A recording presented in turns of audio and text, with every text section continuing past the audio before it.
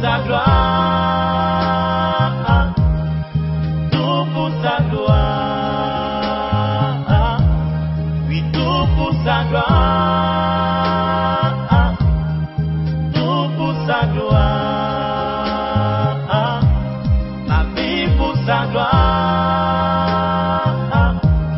et bien pour sa gloire, ma famille.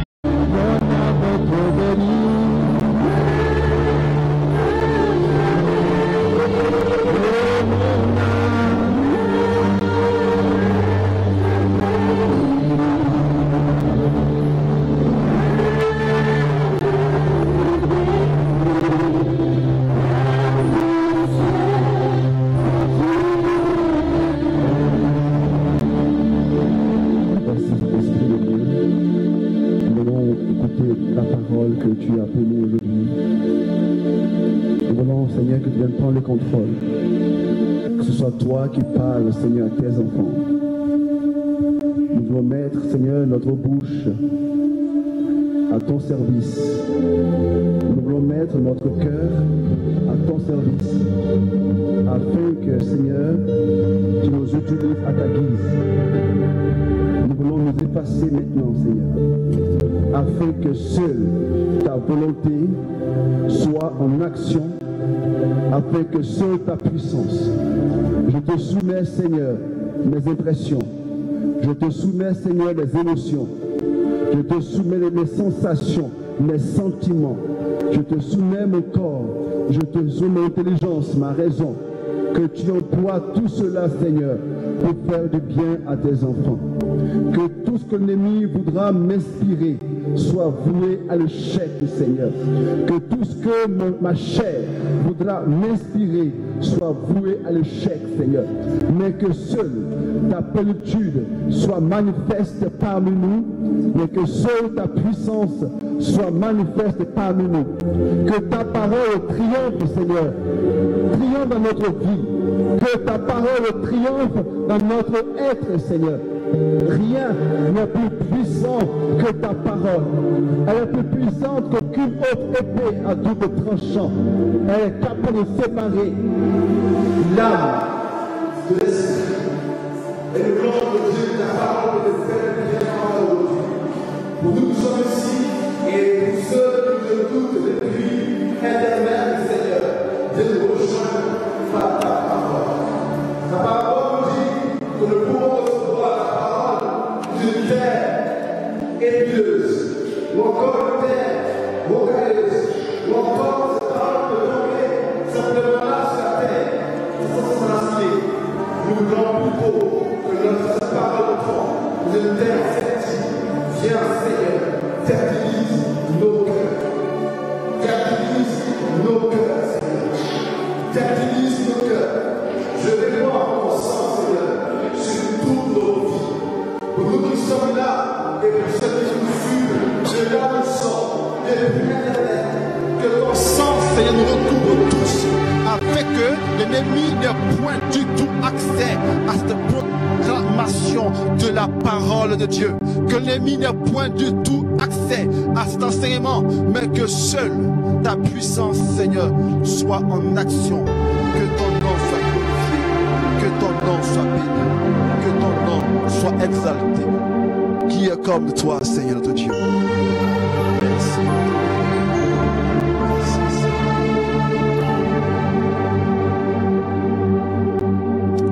Amen. Alléluia. Alléluia. Je voudrais vous saluer dans le nom de Jésus-Christ. J'aimerais saluer vous tous qui nous suivez depuis Internet, sur Facebook, ou vous qui nous suivrez plus tard sur YouTube, notre page YouTube. Je voudrais vous saluer, vous qui êtes présents ici, qui avez répondu à l'appel du Seigneur pour notre reprise de ce temps de louange et d'écoute de la parole de Dieu.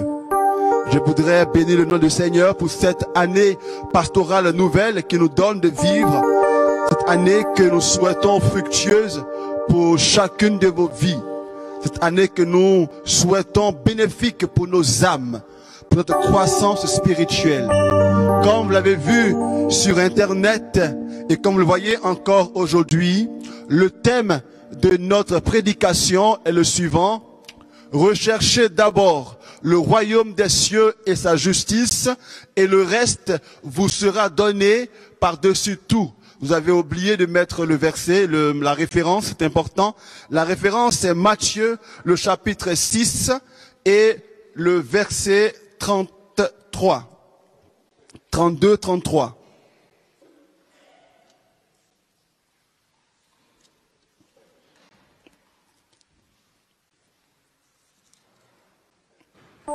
Tu vas prendre ta Bible, tu vas l'ouvrir bien sûr, et tu vas rechercher Matthieu 6, 33, 33. Voilà.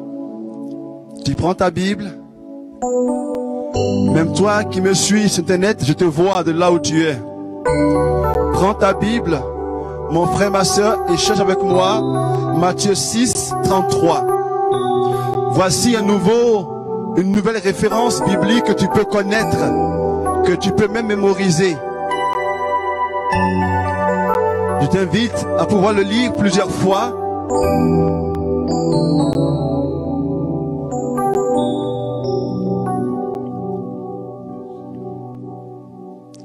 Cherchez d'abord le royaume de Dieu et sa justice, et tout cela vous sera donné par surcroît. Cherchez d'abord le royaume de Dieu et sa justice, et tout cela vous sera donné par surcroît. Matthieu 6, le verset 33.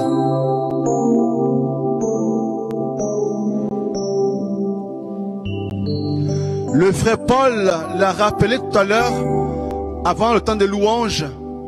Il a rappelé que nous avons eu le grand honneur d'effectuer un pèlerinage en Italie sur les pas de notre père spirituel Padre Pio. Ce fut un moment inouï, ce fut un moment de grande découverte, ce fut un moment de grande ouverture. Là-bas, nous avons pu voir les traces d'un grand homme de Dieu. Nous avons entendu de lui cet homme-là qui fut gratifié de beaucoup de charismes extraordinaires. Comme par exemple le charisme de la bilocation, c'est-à-dire de pouvoir être dans au moins deux endroits en même temps. Il avait le charisme de lire dans les consciences, dans le cœur, et cela a été pour lui d'un grand bien, pas que pour lui, mais surtout pour les âmes, car par cela, il a sauvé beaucoup de personnes. Dans ce lieu, nous avons pu voir un grand hôpital construit par ce grand homme. Cet hôpital-là, on a dit qu'en son temps, c'était le plus grand et le plus performant d'Europe. Et je pense que sans doute qu'aujourd'hui encore, cet hôpital fait partie des plus grands, des plus performants que l'Europe puisse connaître, donc que le monde puisse connaître. Là-bas, nous avons visité sa maison, là où ses parents ont logé, là où il fut conçu. On peut visiter son monastère. Nous avons eu même la grâce, le frère Paul et moi, de nous asseoir là où il s'est assis pour dîner, déjeuner, tout ça pendant 50 ans. Mais, mes frères et mes sœurs, quel est le plus important lorsque nous allons à un pèlerinage? Qu'est-ce qui marque le plus? Qu'est-ce qui devrait rester en notre cœur? Est-ce une personne qu'on allait rencontrer? Est-ce des monuments rencontrés? Ou bien est-ce la puissance de Dieu, donc Dieu lui-même, que nous sommes allés rencontrer? Je pense que mes frères et mes sœurs, dans un pèlerinage, qu'on soit en Italie, qu'on soit à Rome, qu'on soit à Fatima, qu'on soit à Nevers, qu'on soit n'importe où, le plus important, c'est ce Dieu-là, que ce saint manifeste, c'est ce Dieu qu'on va rencontrer. Car le saint lui-même est une icône. Le mot icône vient du grec eikon. Le eikon veut dire image. Le saint est saint parce qu'il est l'image de Dieu. Le saint nous conduit à Dieu. Dieu nous conduit à la rencontre de Dieu. Aller en Italie pour faire Padre Pio, c'est aller rencontrer l'amour de Dieu, aller rencontrer le règne de Dieu. Voici le plus important. Et un saint nous indique ce que c'est que la vraie dévotion. La vraie dévotion à un saint ne consiste pas à avoir des choses extérieures sur nous, des parures qui ont appartenu au saint, des pagnes avec les figures du saint, mais une vraie dévotion à un saint, c'est se laisser transfigurer par l'exemple de ce saint. Et nous qui sommes allés là-bas, mes frères, je crois que nous sommes venus avec quelque chose de fort, quelque chose de puissant. Nous sommes venus avec la contemplation de Dieu. Et ce thème d'aujourd'hui nous situe, mes frères, sur l'essentiel de notre vie. Lorsque nous allons à un pèlerinage, qu'est-ce que nous cherchons? Nous cherchons d'abord le royaume des cieux. Car le royaume des cieux est la première chose que le Seigneur nous propose. Le royaume des cieux. Le Christ aujourd'hui voudrait nous restituer dans le véritable contexte de notre foi. Le Christ aujourd'hui veut nous réconcilier avec la véritable pointe de notre christianisme. Et vous qui venez ici depuis 3 ans, depuis 2 ans, depuis 1 an ou quelques mois dans cette église pour prier avec nous, qu'est-ce que vous cherchez dans votre vie en venant ici? Je vous laisse quelques secondes pour vous poser la question. Qu'est-ce que je cherche en venant ici? Aujourd'hui, en venant ici, qu'est-ce que je cherche? Tu as 30 secondes pour poser la question à ton âme.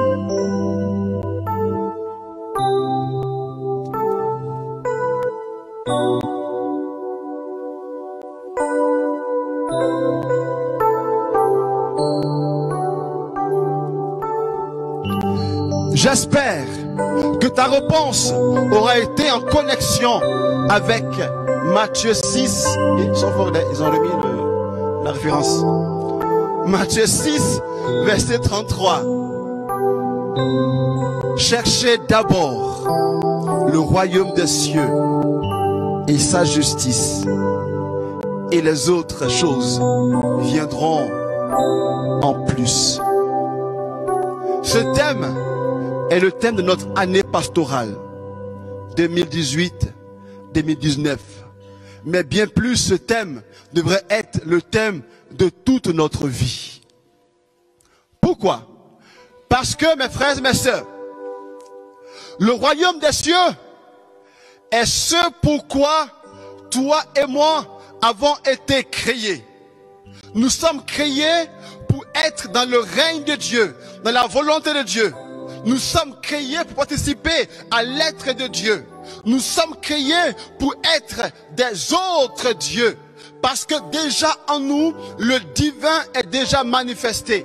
Nous sommes faits pour tendre vers le royaume des cieux. Nous sommes faits pour savoir que le but de notre vie spirituelle, notre vie tout court, est de pouvoir avoir part un jour au royaume des cieux. Le royaume des cieux, mes frères, devrait être le maître mot de notre vie. L'essentiel de notre existence de chaque jour. Le royaume des cieux devrait être vraiment ce mot-là qui soit gravé dans notre cœur, dans notre âme, dans notre esprit. Car le Christ nous dit qu'il a plu à Dieu qui nous donne le royaume des cieux. C'est cela, la première chose que Dieu veut accomplir dans notre vie, dans notre être.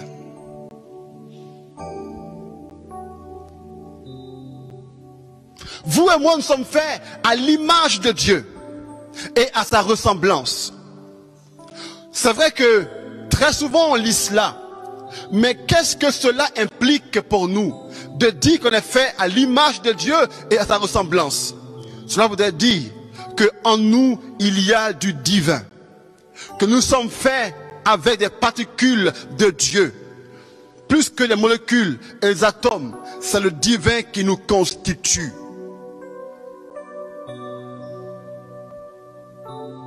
Dans nous coule la présence de Dieu. En nous coule la pensée de Dieu. En nous coule la vie de Dieu. Et nous sommes appelés à cette vie-là, à l'entretenir et à permettre qu'elle puisse s'épanouir pleinement en nous. Augustin dit, nous sommes faits pour toi, Seigneur, et notre cœur est sans repos tant qu'il ne repose en toi. Le but de notre vie est de permettre que ce que Dieu a déposé en nous, à travers son image, que cela puisse s'épanouir, puisse éclore, et par cela puisse nous épanouir. Nous serons épanouis à la mesure de l'épanouissement intérieur que nous vivrons. Nous serons épanouis à la mesure de ce que nous permettrons à la vie de Dieu en nous de grandir et de prendre toute la proportion. Et pour cela, Dieu nous appelle à tendre vers sa ressemblance, c'est-à-dire à nous ouvrir, à ce qu'il vienne lui-même produire en nous et faire grandir en nous cette vie. Notre ultime vie, mes frères, consiste justement à vivre de Dieu et à vivre en Dieu. Et c'est à mesure que nous nous ouvrons au Seigneur que ce même Seigneur vient faire grandir en nous son être. Nous sommes appelés à faire grandir en nous l'être de Dieu. Lorsque nous voyons les gens autour de nous, Padre Pio, il n'a pas eu de grandes richesses, plutôt si, il en a eu, mais sans les posséder. Et pourtant, il était immensément heureux. Il n'a eu ni enfant physique, ni femme physique. Et pourtant, il était heureux. Pourquoi? Parce qu'il a pris conscience que sa vie consiste à laisser Dieu grandir en lui, s'épanouir pleinement en lui. Il a compris, mes frères et mes sœurs, que sa vie consiste à pouvoir permettre au royaume des cieux d'advenir dans son être et dans sa vie. Pas d'abord les choses qui nous entourent.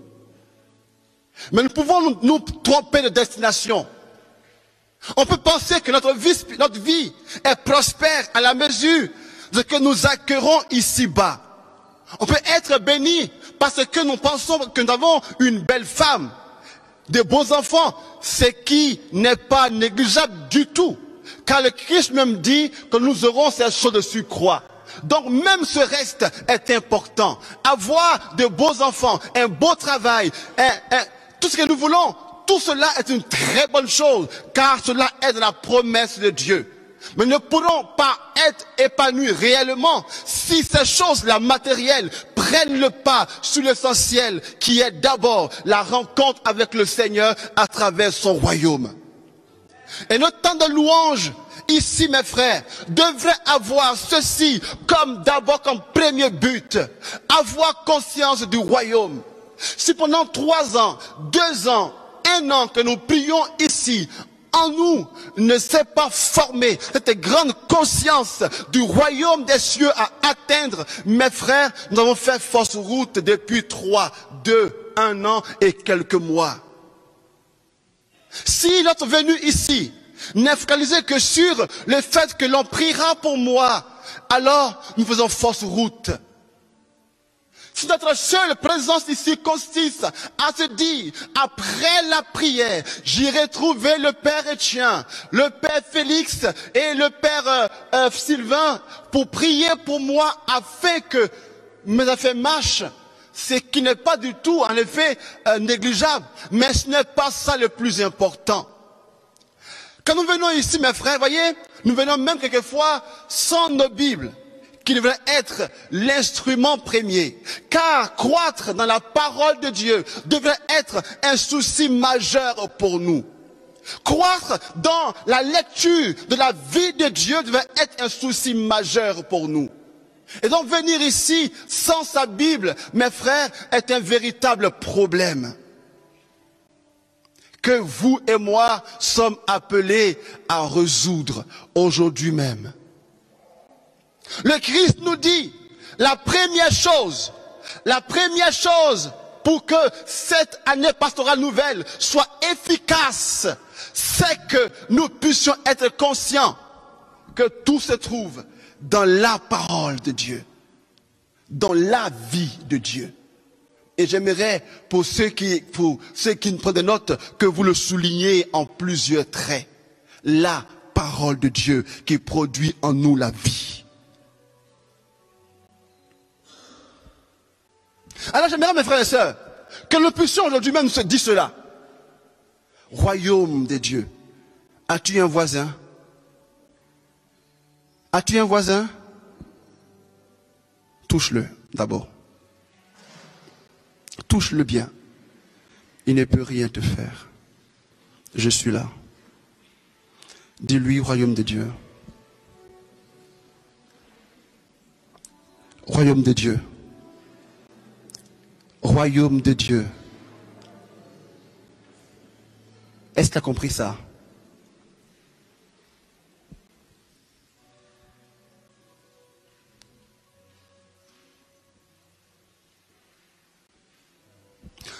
Toute l'histoire du christianisme, depuis la Genèse à l'Apocalypse, c'est un maître mot.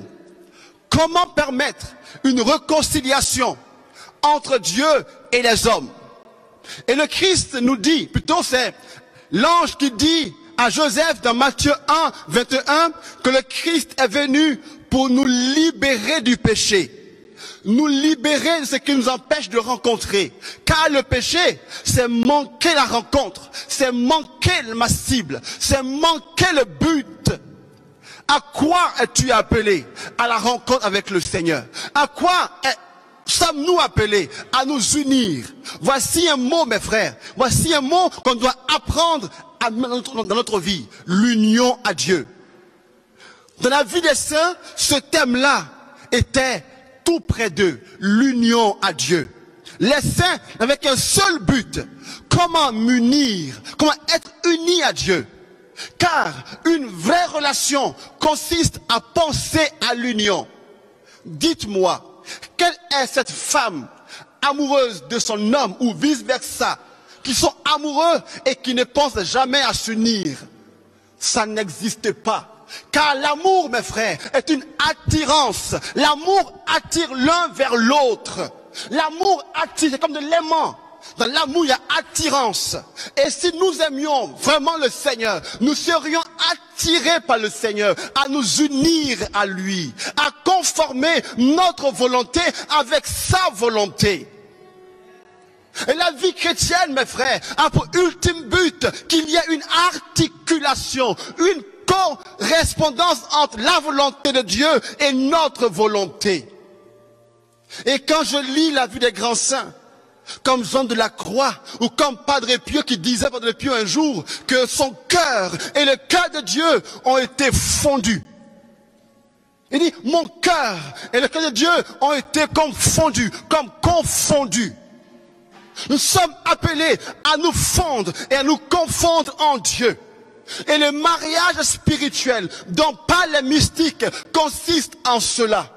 Jean de la Croix dit, ma volonté est sa volonté et sa volonté est ma volonté. Quand je décide, c'est Dieu qui décide parce qu'il y a une conformité entre nous. Est-ce que vous et moi, nous sommes marqués par ce désir de conformité avec le Seigneur? Quand nous nous réveillons le matin, est-ce qu'en nous vibre ce désir puissant de conformité? Qu'est-ce qui prime dans ta vie quand tu te réveilles le matin? Est-ce le désir de pouvoir tellement bien travailler que tu aies une promotion? Quand tu te lèves le matin, qu'est-ce qui te marque le plus? Est-ce le désir de mettre le maquillage, dernier cri, que ton mari en se réveillant crie, waouh, c'est pas mal, il faut le faire. C'est pas mal, il faut le faire ça. Mais si cela constitue l'ultime but de ta journée, alors nous faisons fausse route. Si tout ton être est accaparé par comment je vais étudier pour réussir à mes examens, ce qui est une excellente chose, il faut le faire. Mais si cela n'est que le tout de ta vie, alors vous et moi, nous faisons fausse route. Si notre seul désir, c'est comment faire pour avoir mon homme, ce qui n'est pas mal du tout. Mais s'il n'y a que ça dans notre cœur, nous faisons fausse route. Non seulement vous et moi, nous ferons fausse route, mais bien plus, ce désir d'avoir un homme, d'avoir un mariage, toutes ces choses vont un peu tarder à venir. Pourquoi? Parce que la condition pour que toutes ces choses-là nous soient données, on nous dit, il faut d'abord rechercher le royaume des cieux et sa justice. Waouh! J'aime bien la Vierge Marie, car on nous dit que la Vierge Marie, elle a eu l'insigne honneur de porter en elle le Sauveur. Un jour, une femme voit Marie, voit Jésus, et dit, waouh, heureuse la mère qui t'a porté. Comme pour dire en langage ivoirien, pour elle est bien haut. On veut tous être la maman ou le papa ou le frère de telle personnalité. Waouh! Mais le Christ lui répond en disant, non, non pas heureuse celle qui m'a porté, mais plutôt heureuse celle qui a cru à l'accomplissement de la parole de Dieu, celle qui a accepté dans son cœur la parole de Dieu, qui a risqué sa vie pour la parole de Dieu, qui a risqué sa vie pour que advienne le règne de Dieu. Heureuse cette femme plutôt. Car toutes les mères auraient pu enfanter Jésus si Dieu l'avait voulu. Toutes les mères auraient pu le faire. Mais Marie aurait pu échouer. Marie aurait pu échouer. Mais c'est ici. Elle aurait pu échouer si elle ne croyait pas à ce message de l'ange. Comme Zacharie. La même parole, la même prophétie pour deux personnes, Zacharie et Marie. L'une qui dit qu'il soit fait selon ta parole. L'autre qui dit, l'épreuve. Comme toi et moi avons reçu tellement de paroles prophétiques, tellement de tu seras ceci ou cela, mais combien de ces paroles se sont vraiment accomplies sur nos vies parce que nous ne sommes pas là où il faut que nous soyons, au moment où il faut que nous soyons pour que la parole s'accomplisse.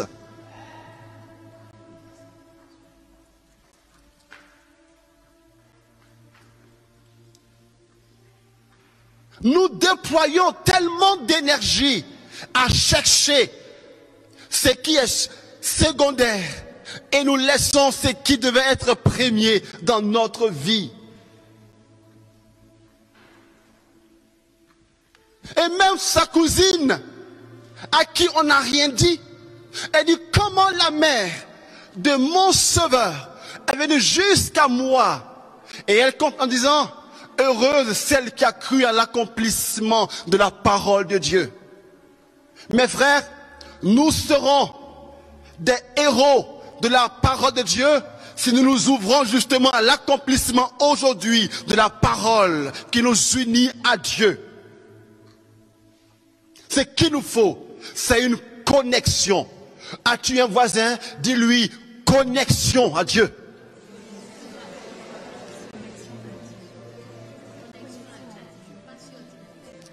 Ce qu'il te faut, ce n'est pas les pères ou les frères. Ce qu'il te faut, c'est la connexion.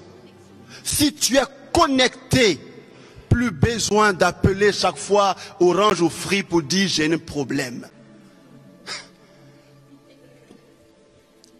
Personne n'appelle jamais service de client, service clientèle quand il est connecté. C'est quand il y a un problème qu'on appelle. Oh, je rêve à ces enfants spirituels qui diront, papa, calme.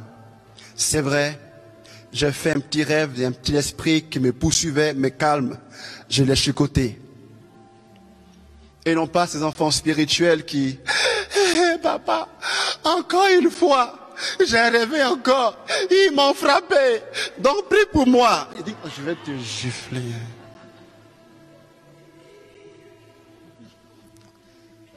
Le psaume dit que l'ange de Dieu campe autour de qui? De qui? De qui? De ceux qui le craignent. Non pas campe autour de ceux à qui on impose les mains.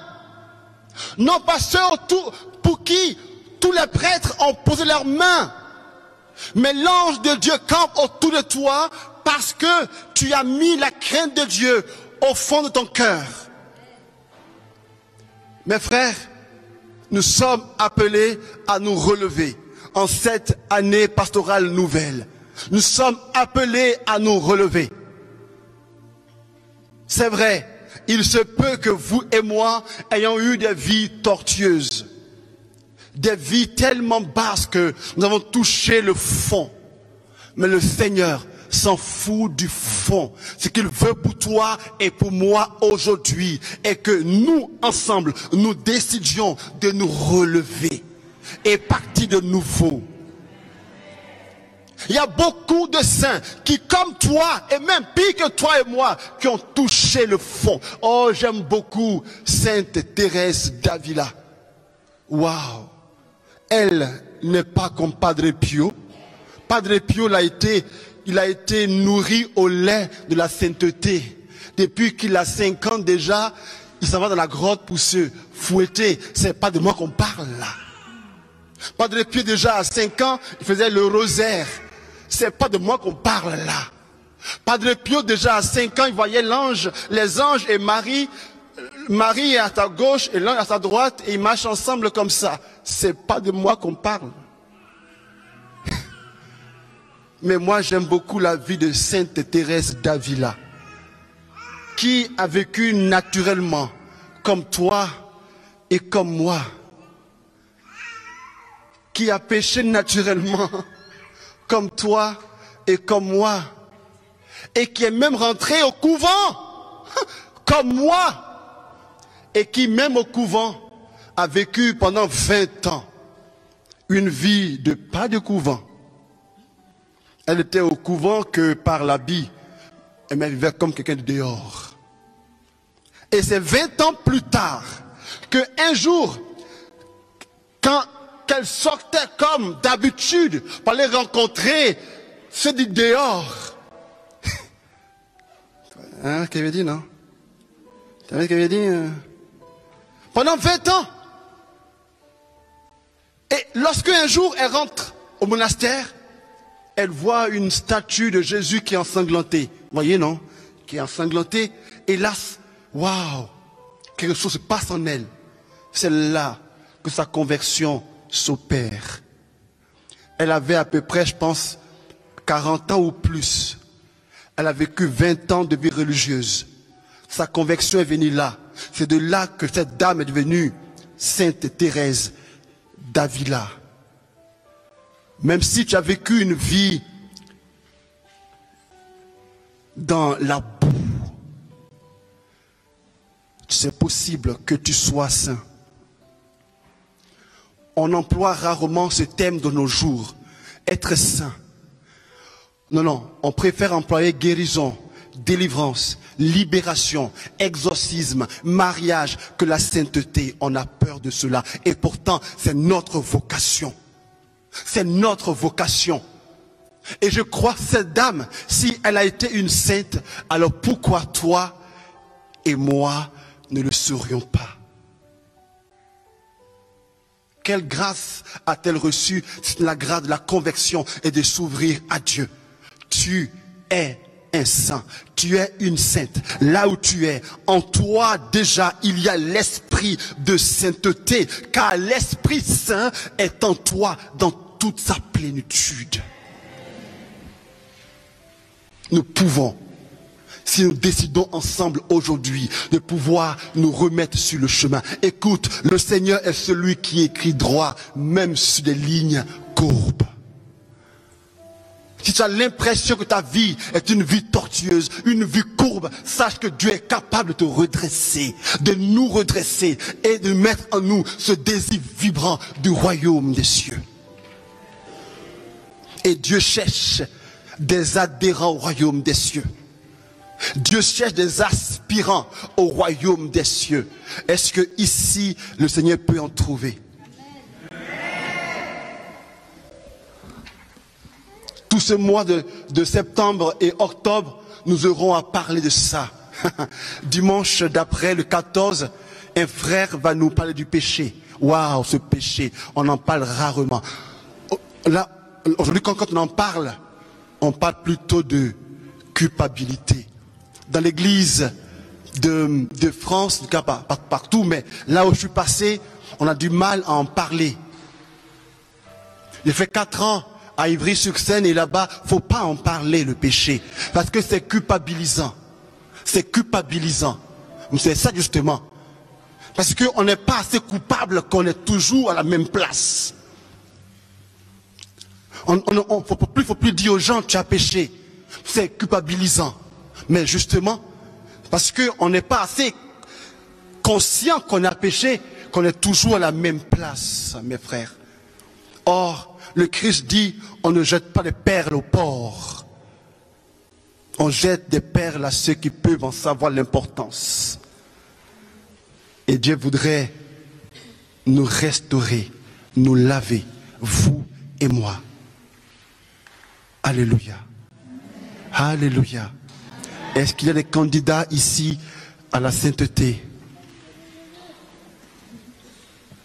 Non, faut pas me répondre à moi. Hein. Et ce que je dis là, c'est très engageant. C'est vraiment...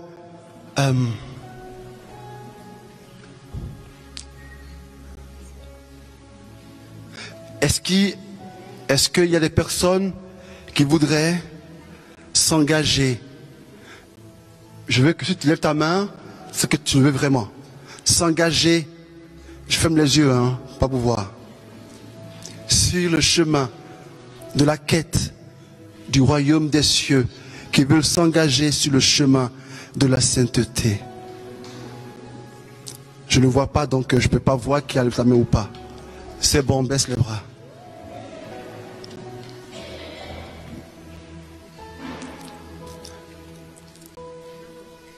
Vous savez, nous pourrons avoir de l'impact dans notre vie que parce que nous aurons eu conscience de cela. Bien souvent, notre vie chrétienne finit à la louange à 18h30. Et après, il n'y a plus de suite. Il y a beaucoup de chrétiens sacramentels. Nous sommes nombreux à être des chrétiens parce qu'on a reçu un sacrement.